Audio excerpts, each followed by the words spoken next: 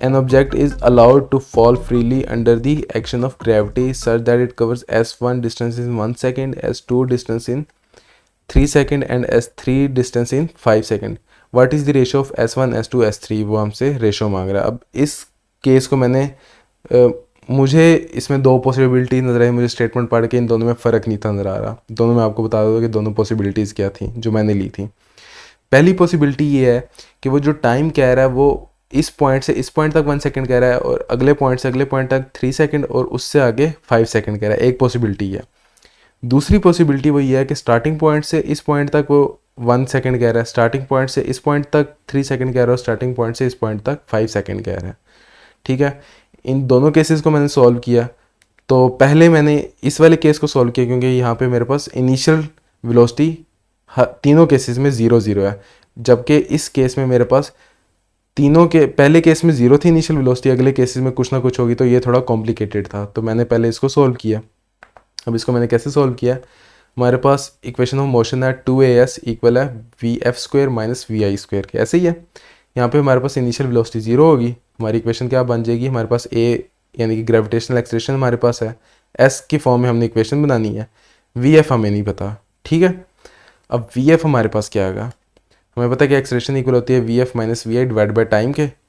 यहाँ पे भी vi 0 है, तो यहाँ पे हम कह सकते हैं कि हमारे पास gt यानी कि टाइम मल्टीप्लाई हो गया इक्वल है vf के. तो यही gt हमने यहाँ पे रिप्लेस कर दिया. तो अब हम कह सकते हैं कि 2gs इक्वल है gt² के. तो यहाँ पे s की बेसिकली फॉर्म बनानी है इन टर्म्स ऑफ टाइम. ठीक है, तो ये g से कैंसिल हो जाएगा, तो gt² डिवाइड बाय 2 हो जाएगा हमारे पास. ठीक है, ये भी एक वैसे एक और इक्वेशन ऑफ मोशन होती है, वहाँ से डायरेक्ट भी आप ये निकाल सकते हो. ठीक है, तो खैर इस इक्वेशन में सिंपली मैंने टाइम की वैल्यू पुट करनी है और मेरे पास s की वैल्यू आ जाएगी. तो सबसे पहले मैं s1 के लिए पुट करूँगा, g 10 है, टाइम 1 सेकेंड है तो हमारे पास 5 आ जाएगी. s2 के लिए हमारे पास टाइम 3 सेकेंड है तो वो हमारे पास क्या आ जाएगी 45. और s3 के लिए हमारे पास क्या है, s3 के लिए 1:5. तो हमारे पास रेशो जो बनती है 5:45 रेशो 1:5.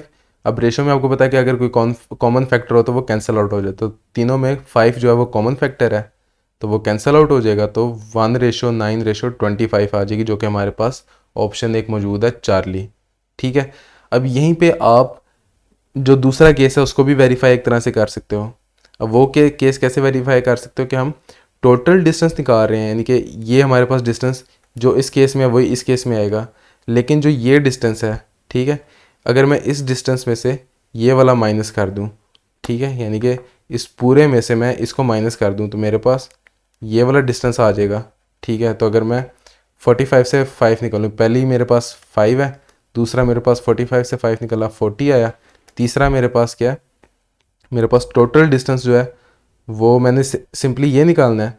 तो इसमें से मैं क्या करूँगा, मैं 3 में से जो मेरे पास 2 आया था वो माइनस कर दूंगा. तो वो मेरे पास क्या बनता है, वो मेरे पास बनता है 1 to 5 में से अगर मैं 45 तो 80 बनता है. ठीक है, अब इन तीनों में कॉमन फैक्टर क्या है 5, तो 1 8 और ये मेरे पास क्या आ जाएगा